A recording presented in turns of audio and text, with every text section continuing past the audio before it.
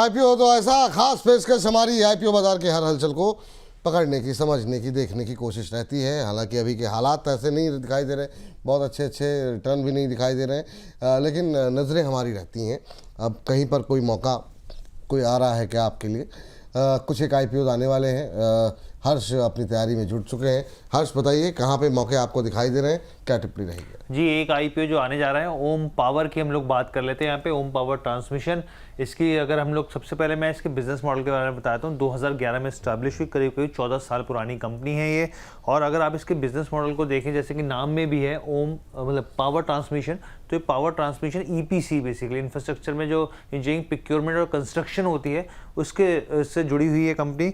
अगर इनके आप एक्सपर्टीज़ की बात करें, हाई वोल्टेज और एक्स्ट्रा हाई वोल्टेज जो ट्रांसमिशन लाइंस होती हैं, सब स्टेशंस होते हैं और अंडरग्राउंड केबलिंग जो प्रोजेक्ट्स होते हैं उनको एग्जीक्यूट करने का कंपनी काम करती है। यहाँ पे ट्रंकी प्रोजेक्ट्स के आधार पे ये कंपनी जो है वो आगे बढ़ रही है। यहाँ पे इसमें डिज़ाइनिंग, इंजीनियरिंग, सप्लाई, इंस्टॉलेशन, तमाम तरह की चीज़ें जो इसमें आ जाती हैं। अगर थोड़ा सा और बारीकी से देखें यहाँ पर, तो करीब 31 दिसंबर 2025 तक कंपनी के पास 58 प्रोजेक्ट्स जो थे वो अनएग्जीक्यूटेड प्रोजेक्ट्स थे। ये डाटा ये बताता है यहाँ पर। अगर इनकी टोटल कुल वैल्यू देखें तो वो करीब यहाँ पे 74,460 करोड़ के आसपास हो जाती है। अगर आप इस हिसाब से देखें कि टोटल ईपीसी प्रोजेक्ट्स कितने, तो 51 प्रोजेक्ट्स हैं, जिसमें से 7 जो है O&M भी यहाँ पर प्रोजेक्ट्स दिखते हैं। अब जो है 9 अप्रैल को खुलने जा रहा है, क्लोज 13 अप्रैल को होगा। अलॉटमेंट की बात करें तो 15 अप्रैल को अलॉटमेंट होती दिखेगी। लिस्टिंग डेट जो है वो 17 तारीख को होगी। आगे अगर हम लोग यहाँ पे प्राइस बैंड की बात करें तो प्राइस बैंड में आप देखिए 167 से लेकर 175 रुपये प्रति शेयर के भाव होगा। एक लॉट में 85 शेयर्स आएंगे यहाँ पे। टोटल इशू साइज देखें अगर आप इस आईपीओ का, तो वो 150 करोड़ के आसपास का, जिसमें 85 लाख से ज़्यादा के शेयर्स हैं। फ्रेश इशू और ओएफएस दोनों हैं। अगर आप फ्रेश इशू की बात करें तो आप इसमें 133 करोड़ का जो है यहाँ पे देखेंगे, जो कि 150 करोड़ में से काफ़ी हिसाब से देखेंगे तो 75 लाख शेयर्स आ जाते हैं यहाँ पर। ऑफर फॉर सेल देखें तो इसमें नंबर काफ़ी कम है, करीब 18 करोड़ के आसपास का हिस्सेदारी जो है ओएफएस की है। 10 लाख शेयर इसमें होंगे। आगे अगर हम लोग बढ़े यहाँ पर तो देखिए स्ट्रेंथ और रिस्क की बात कर लेते हैं। सबसे पहले कंपनी जो है, जो हम लोग कहते हैं इंजीनियरिंग, प्रोक्योरमेंट और कंस्ट्रक्शन जो ईपीसी है, उसके एग्जीक्यूशन को लेकर ट्रैक रिकॉर्ड इसका अच्छा है कंपनी का।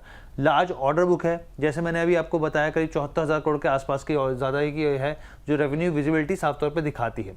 कंसिस्टेंट रेवेन्यू है यहाँ पे, कोई लगातार बढ़ता हुआ दिख रहा है। यहाँ पे फाइनेंशियल ग्रोथ दिख रही है। एंड टू एंड जो है कैपेबिलिटीज़ कंपनी यहाँ पर दिखाती है। साथ में यहाँ पे जो मैं आपको बताता था, जो बिजनेस मॉडल है कंपनी का, हाई और एक्स्ट्रा हाई जो वोल्टेज प्रोजेक्ट्स होते हैं उसमें कंपनी की एक्सपर्टीज़ है जो काफ़ी मजबूत दिखाती है। अगर हम लोग रिस्क की तरफ बढ़े यहाँ पर तो आप देखिए लगातार कंपनी, क्योंकि इन तमाम तरह की जो कंपनी होती है बिडिंग के ऊपर काफ़ी कुछ निर्भर करता है। बिडिंग यहाँ पर लो होगी तो उसका असर साफ तौर पे दिखता है कंपनी के मार्जिन्स के ऊपर। तो यहाँ पे कंपटीशन का असर दिखता है और खासतौर पर जिस तरीके से कंपनियां बढ़ रही हैं, ईपीसी प्लेयर्स लगातार बढ़ रहे हैं, तो वो एक कंपटीशन का असर साफ तौर पर दिखेगा। प्राइसिंग प्रेशर रहेगा यहाँ पे, जो कि मार्जिन पे इम्पैक्ट डालता है। इस बिजनेस मॉडल में हिस्सेदारी होती है इस तरह के। गवर्नमेंट के ऊपर काफ़ी है, क्योंकि इंफ्रा के ऊपर सरकार जिस तरीके से अपना वेटेज बढ़ाती है तो असर दिखता है, अगर घटाती है तो भी असर दिखता है यहाँ पे। डिविडेंड की कोई गारंटी नहीं, क्योंकि परफॉर्मेंस के आधार पर ये स्थितियाँ दिखाती है। आगे अगर हम लोग अब बढ़े यहाँ पर तो आप ये देखिए कंपैरिजन लिस्टेड पीयर्स के हिसाब से एक बार देख लेते हैं। ओम पावर की बात करें तो इसका पी करीब 19.83 के आसपास है। अर्निंग पर शेयर देखें तो वो करीब 9 के आसपास बैठता है। राजेश पावर जो इसकी पीयर कंपनी है, उसका पी 13 के आसपास है। 57 के आसपास यहाँ पर ईपीएस बैठ जाता है। एडवेंट एनर्जी की बात करें तो 43 के आसपास इसका पी रेशो है। यहाँ पर अगर अर्निंग पर शेयर देखें तो वो 28-29 के आसपास बैठता है। यहाँ पे विवाना पावर की बात करें तो 24 के आसपास है इसका पी, जो यहाँ पे ओम पावर से महंगा दिखता है। और अर्निंग पर शेयर जो है 32, यानी कि आप अर्निंग पर शेयर में देखें तो 8 के आसपास, 9 के आसपास है। बाकी तमाम कंपनियों से यहाँ पर ये नीचे देखने को मिलता है। अगर अब इसके फाइनेंशियल्स को टटोला जाए एक बार तो आप ये देखिए 2023, 24, 25 की बात कर लेते हैं। अगर आप कमाई की बात करें 122 करोड़ था 2023 में, उससे बढ़कर 184 करोड़ हुआ, काफ़ी अच्छा जंप। और फिर उसके बाद बहुत ज़बरदस्त जंप 2025 आते थे 282 करोड़ के आसपास पहुंच गया। प्रॉफिट आफ्टर टैक्स देखें करीब 6 करोड़ के आसपास, फिर 7.5 करोड़ के आसपास, और फिर कई मल्टी जंप आप देखेंगे तो वो 22 करोड़ के आसपास पहुंचता हुआ दिखता है, 3 गुना से ज़्यादा लगभग। एबिटा की बात करें, एबिटा 2023 में 12 करोड़ था, फिर वहाँ से 14 करोड़ हुआ, फिर 36 करोड़ हो गया। बोरोइंग के मोर्चे पर देखें आप तो करीब यहाँ पे घटता हुआ दिखाई 19 करोड़ के आसपास पहुँच गया। ठीक, ये बात यहाँ पर निकल के आए। सर, ये आईपीओ आने वाला है, अगर आपने ट्रैक किया हो तो क्या आपकी सलाह बनेगी?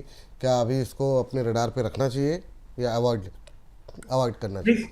सर रेडार पे जरूर रखना चाहिए, और मैं ट्रैक नहीं करूं ऐसा हो नहीं सकता सर। जब भी अगर ऐसा कोई शो होता है तो हर्ष बाबू का पहले ही मैसेज आता है, होमवर्क करके बैठ जाना पूरा का पूरा। तो सर मैंने पूरी पढ़ाई लिखाई कर ली इसके बारे में। देखिए at the very face of it, हाँ एक थोड़ा सा कंसर्न है ये इसको लेके। और जैसा कि अभी हर्ष बता भी रहे थे कि आप देखें ना 2025 में एकदम से सारी चीजें पेंटअप हुई है, ये थोड़ा सा एक कंसर्न है।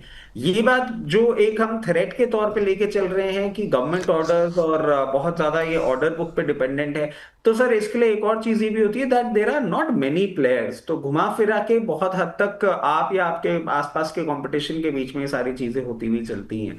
अब करना क्या चाहिए? देखिए सर क्लियर केस है, ये आईपीओ जब खुलेगा, जब लिस्ट होगा, मार्केट कंडीशन क्या होती है उसके ऊपर डिपेंड करता है लिस्टिंग गेन्स। तो this will be too early. अब बात कर लें मीडियम टर्म इन्वेस्टमेंट या लॉन्ग टर्म इन्वेस्टमेंट, जरूर अट्रैक्टिव लगती है और फर्दर ये ग्रो भी कर सकती है। बहुत ज्यादा प्लेयर्स हैं नहीं, जो लिस्टेड प्लेयर्स हैं उनका आप देखें प्राइसेस भी कंफर्टेबल हैं। मतलब मैं जब ये सारी बातें हो रही थी, आप तो आप देखिए राजेश पावर सॉल्यूशंस 1639 का हाई, 750 का लो, अभी 876 पे चल रहा है।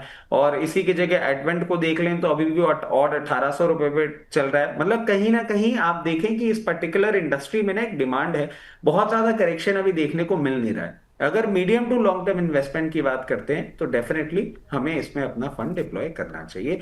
लिस्टिंग गेन्स बहुत डिफिकल्ट होगा कहना कि मार्केट कंडीशन क्या होती है, उस हद तक बहुत निर्भर करेगा। क्योंकि सर हमने देखा है जीएमपी भी जिस तरीके से फ्लक्चुएट करती है, तो it is too early to say कि लिस्टिंग गेन्स पे क्या करना चाहिए। मीडियम टू लॉन्ग टर्म हाँ देख सकते हैं, बिल्कुल इन्वेस्ट कर सकते हैं। चलिए ठीक। और कुछ है हर्ष? नहीं। तो सर इस सेगमेंट को अभी समाप्त करने से पहले और आपको धन्यवाद देने से पहले एक बीएल का लेवल मैं चाह रहा था कि अगर आप जो दर्शक पूछ रहे थे वो बता देते तो बड़ी मेहरबानी होती। जी सर। नहीं नहीं सर मेहरबान।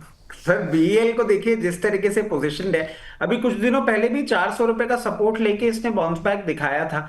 हो सकता है कि आपको मार्केट में अगर वॉलेटिलिटी आती है तो थोड़ा लोअर लेवल देखने को मिल जाए। अभी ये बहुत ज्यादा डिसाइसिवली टर्न अराउंड नहीं दिखा रहा है, मुझे लग रहा है कि हो सकता है 430 रुपए तक आपको एक बार सप्लाई आती हुई दिखे। और अगर मार्केट में करेक्शन आ गया तो वापस आपको ये 382 या 374 तक के लेवल्स दिखा सकता है। जिनके पास लॉन्ग टर्म है बने रहें, कोई प्रॉब्लम नहीं है। जिन्होंने ट्रेडिंग बेट ली है चाहें तो एक बार 428 430 लेवल से प्रॉफिट बुक कर लें और लोअर लेवल का इंतजार करें। ये बात बीएल को लेकर के निकल करके आती हुई सर, आज की इस चर्चा में आप जुड़े, तमाम प्रश्नों के उत्तर दिए आपने, बहुत बहुत शुक्रिया, बहुत बहुत धन्यवाद।